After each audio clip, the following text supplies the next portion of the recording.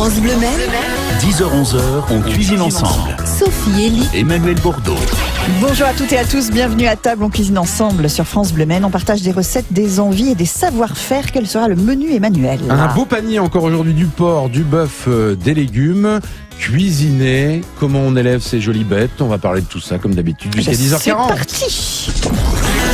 Vos questions, vos recettes, votre avis, appelez-nous 02 43 29 10 10. On cuisine ensemble sur France Bleu Maine. Et on va cuisiner avec Philippe Troche, le chef de la boîte à déjeuner. On est dans le centre-ville du Mans avec Philippe. Bonjour Philippe qui est en train de s'installer. Ça va? Bonjour, un petit problème Sophie, avec la chaise Emmanuel. peut-être? Bonjour Michel. Et Jean-Michel Gauthier donc qui est à Torigné-sur-Dué, boucher, charcutier, éleveur de porc depuis 25 ans maintenant, c'est ça? Bonjour tout le monde. Oui, éleveur de porc depuis 25 ans et transformation à la ferme, vente directe sur place. Voilà, avec une petite boutique sur place. Philippe, vous, on se posait la question avec Manu, ça fait combien maintenant que vous êtes à la boîte à déjeuner? Bah là, on a fini la deuxième année, on attaque oui, la c'est troisième ça, année. voilà, tout à fait. Avant, c'était des sushis dans cette petite boutique. Voilà, pour ceux qui c'était ne sont Wabi jamais Sabi. venus, Wabi Sabi, c'est devenu la boîte à déjeuner. On travaille notamment des légumes, mais pas seulement, de la viande aussi. Et on est en bio avec Philippe.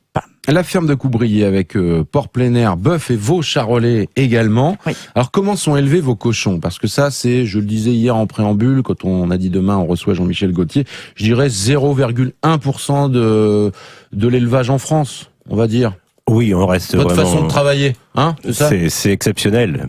Et par rapport au coût de production, c'est énorme. Par rapport à la qualité, c'est exceptionnel aussi. Donc, on a fait le choix de la qualité et non de la quantité. D'accord. Donc là, le porc, il est vraiment élevé plein air, c'est-à-dire qu'il est, j'ai envie de dire, dans la nature, ce qui est très très rare. Son premier jour de vie, c'est en plein air. Il est né en plein air. Les mamans mettent bas dans les champs, dans les cabanes.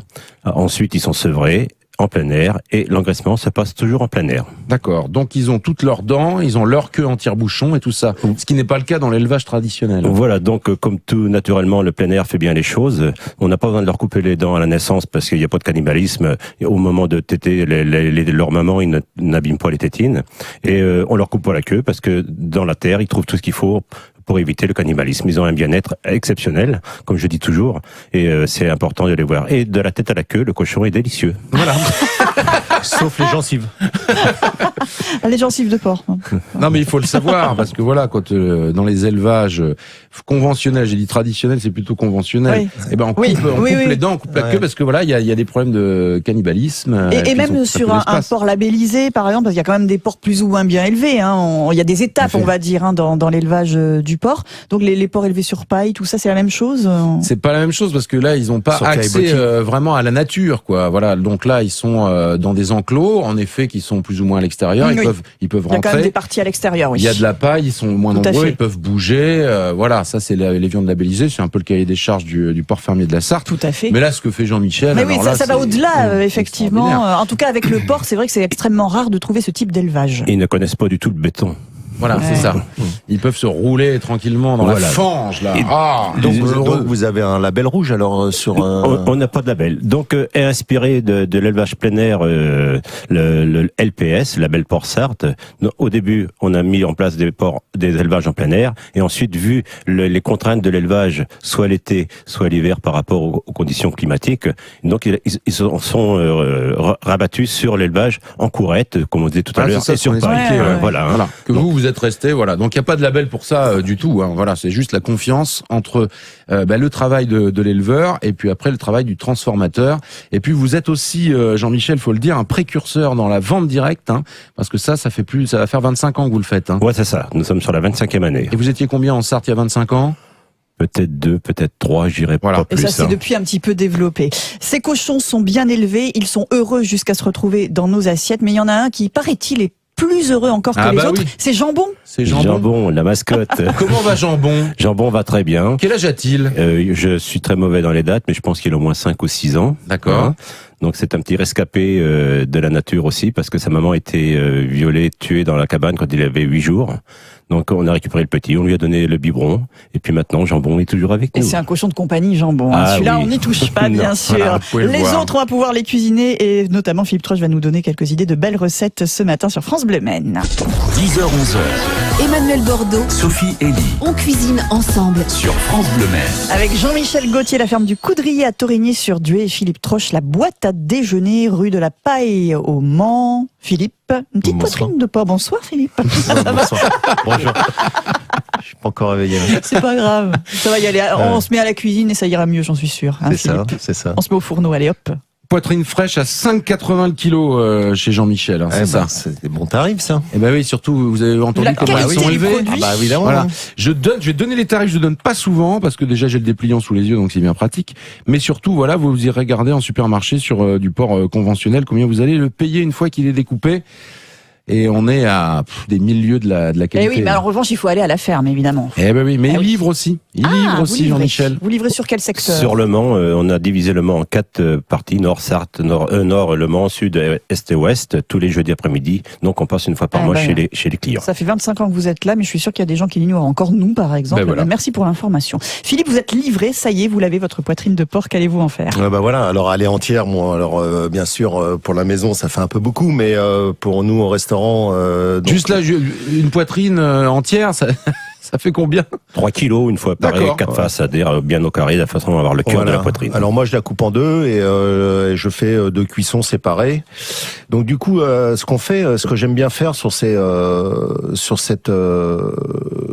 cette partie du porc, hein, qui est une partie quand même assez grasse, c'est de la rendre très très tendre en fin de compte. Donc on va la confire 14 heures. Donc on va faire une poitrine de cochon donc plein air confite à la nage pendant 14 heures.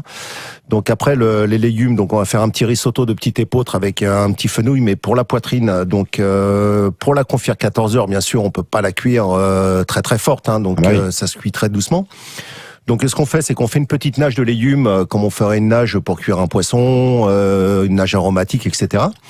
Et donc cette poitrine de porc, on met la couenne au fond de la casserole ou au fond de son plat à four, Ouais. et on l'entoure d'un papier film, parce qu'on va cuire à une cuisson qui est à peu près à 80, 79, 80 degrés. Alors attention, quand on achète le papier film, on va regarder s'il supporte un peu la chaleur quand même, Ah bah les papiers Philippe. films, ça supporte la Si chaleur ça jusqu'à prend 130. feu, c'est que c'était pas le bon, en fait. Non, mais tous les papiers films supportent la D'accord. chaleur. Tous les On peut papiers y aller. alimentaires films supportent la chaleur à 130. D'accord. Après, il y a des papiers professionnels qui Ouais. montent à 140. Faites gaffe quand même. Hein. Ouais. Non, ça passe bien. D'accord. Donc voilà, donc on fait cette petite nage, donc on met un petit jus, on met un petit filet de vinaigre aussi à l'intérieur, hein, comme si on faisait une nage pour un poisson. Et donc on dépose donc cette poitrine de porc, donc la couenne sur le dessus, filmé.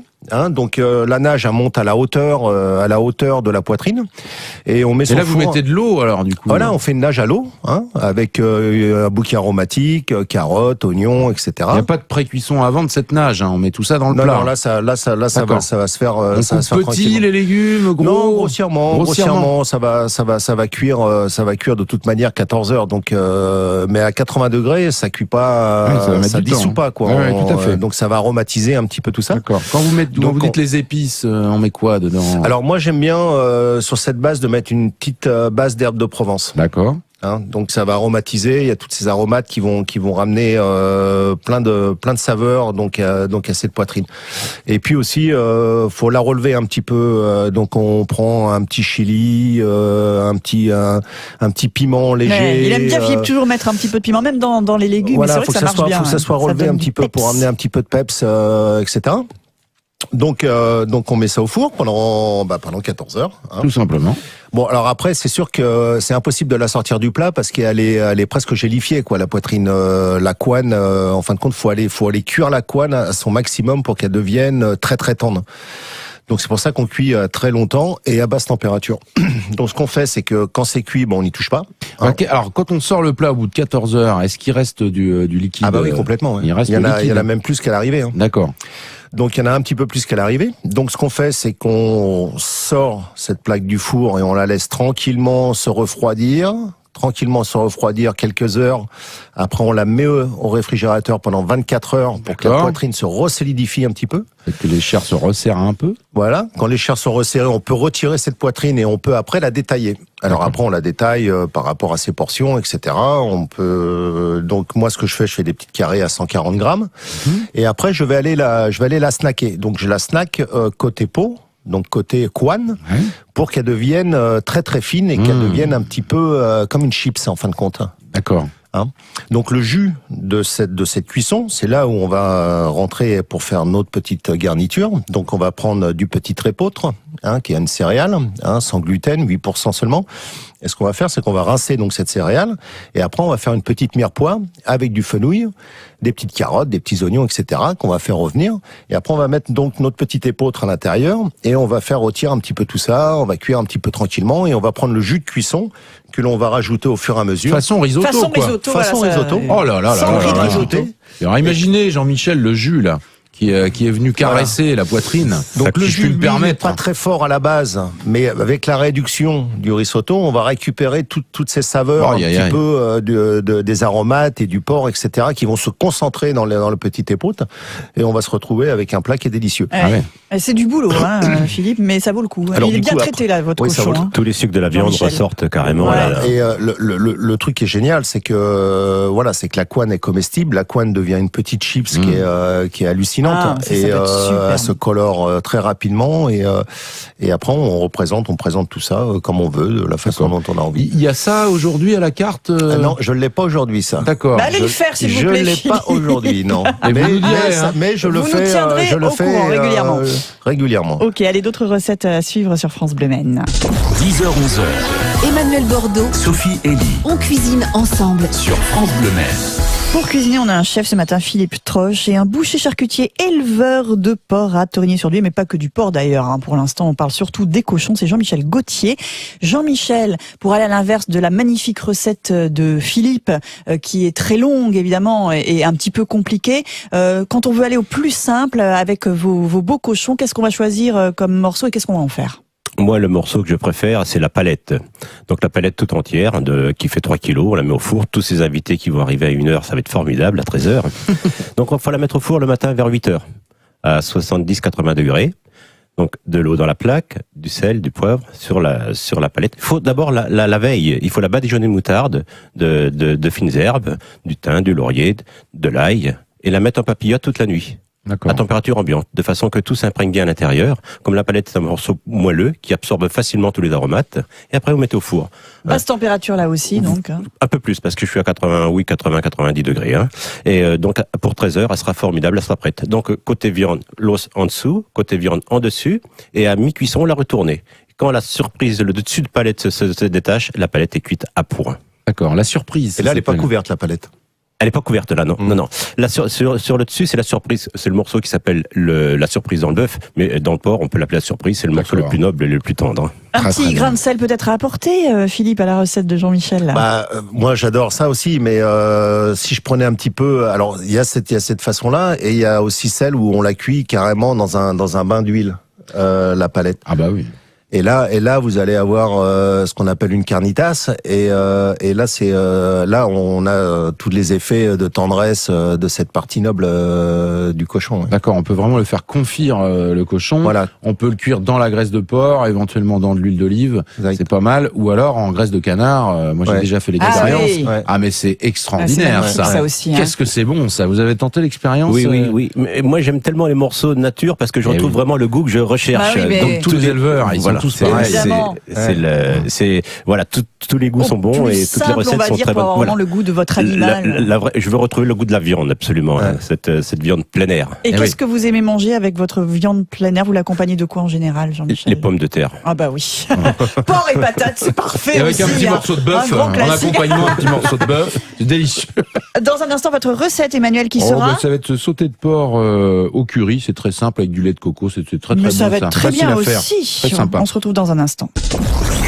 02 43 29 10 10. On cuisine ensemble sur France Bleu Maine. Philippe Troche, Jean-Michel Gauthier, des porcs élevés en plein air à Torigny-sur-Dué. Après la recette de Philippe, après celle de Jean-Michel, voici la recette d'Emmanuel Bordeaux, mesdames et messieurs. Ouais, mais on va discuter évidemment avec nos invités puisque je veux faire du sauté de porc. Alors Jean-Michel, qu'est-ce que vous me conseillez comme morceau?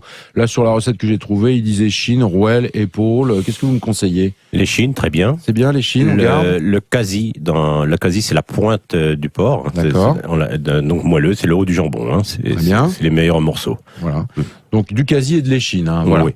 Je vais en prendre à peu près 500 grammes pour 3 personnes, on va dire ça. Ça me paraît faiblard, ça, quand même, 500 grammes, parce que ça... Allez, 600. Ouais, ça va faire un petit 150 à la sortie, ça. Ouais, allez. c'est un peu 700. faiblard. Allez, ça marche. Allez, un petit Bon, 700. Allez. Et vous me mettez 1 kilo, Jean-Michel, et puis Allez. on va bien se Et on n'en débrouiller. parle plus. Je ferai réchauffer le Quand c'est lendemain. réchauffé, c'est encore C'est meilleur. encore meilleur, on est bien d'accord. Donc on va prendre de l'oignon qu'on va faire revenir dans une sauteuse. On va tout faire dans la même casserole. Comme ça, moi j'aime bien. Hein. En fonte, moi je travaille avec ça à la maison, je trouve ça formidable.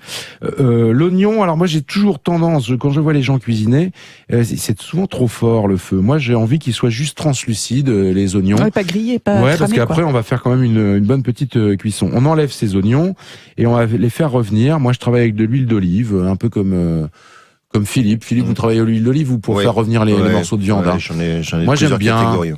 Moi, je trouve que ça donne un goût neutre. Une fois qu'on a bien fait revenir, feu vif, mais pareil, pas trop. Faut pas que la viande soit non, trop. Hein, jamais feu vif. on est jamais, d'accord. jamais, On est jamais. d'accord. Moi, Feu moyen maximum et feu doux. Voilà, ça c'est Voilà. les deux températures qu'il faut. on a tendance à trop heurter les viandes, je trouve. Ça moi. la viole, ça la sèche, C'est ça ça, la durcit. voilà. Un petit Voilà. feu moyen, ça va durer 5-6 minutes de plus, mais on va avoir petite croûte sympa. Ça va pas être marqué, ça va pas être. Voilà, faut dorer, mais faut pas que ça soit. Il est fini le temps où on surcuit de toute façon. Voilà, mais même porc. au départ, parce que on essaie de marquer la viande, mais faut pas trop la. Surtout quand on a une belle viande comme celle de Jean-Michel. Après, on va rajouter du curry, on peut mettre un peu de piment si vous voulez. Une fois que ces épices sont un petit peu chauffées, pas trop, c'est pareil, faut pas dénaturer l'épice. Eh bien, on va y mettre 440 centilitres de lait de coco dedans. Et puis, qu'est-ce qu'on va faire? Eh ben, on va laisser mijoter tranquillement, les enfants. Mais pas trop long, parce que le porc, c'est pareil. La surcuisson du porc, c'est terrible, ça, Jean-Michel. On va perdre... Donc là, on serait sur une cuisson de combien de temps, là, Philippe? Oh là, allez, 50 minutes. Ouais, voilà. 50 minutes, 40, voilà, 40, 50 maximum. Et puis voilà, puis c'est tout. On va rajouter un peu de sel si ça en manque à la Et fin. Qu'est-ce qu'on va manger avec? Et ben moi j'ai un beau riz avec ça. Oui. Franchement un beau riz. Ah voilà, un Tout petit pilaf, simplement. un truc sympa. Là, ça c'est bon. Voilà, ça. on peut aller sur d'autres légumes. Le riz, on peut faire un petit pilaf. On y rajoute quelques petites têtes d'asperges vertes, par exemple. Très bien. Moi, je Pleine mets toujours saison. un petit peu de salade aussi dans l'assiette parce que ça se mange très bien. Voilà un petit plat simple qu'on peut faire ce week-end. Week-end à rallonge. Là, on fait ça dimanche ou lundi. C'est Sans bien problème, bon avant d'aller tout voter. ça. Il nous reste quelques petites minutes à passer avec nos invités. On s'est régalé ce matin, comme tous les jours. Et j'aimerais savoir maintenant que mangent vos cochons à vous, Jean-Michel. C'est ce que vous allez nous dire dans un instant. 10h, 11h. Emmanuel Bordeaux, Sophie Elie on cuisine ensemble. sur France Bleu Maine. Alors, qu'est-ce qui mangent les cochons de chez Monsieur Gauthier? Donc un aliment labellisé, donc un cahier des charges.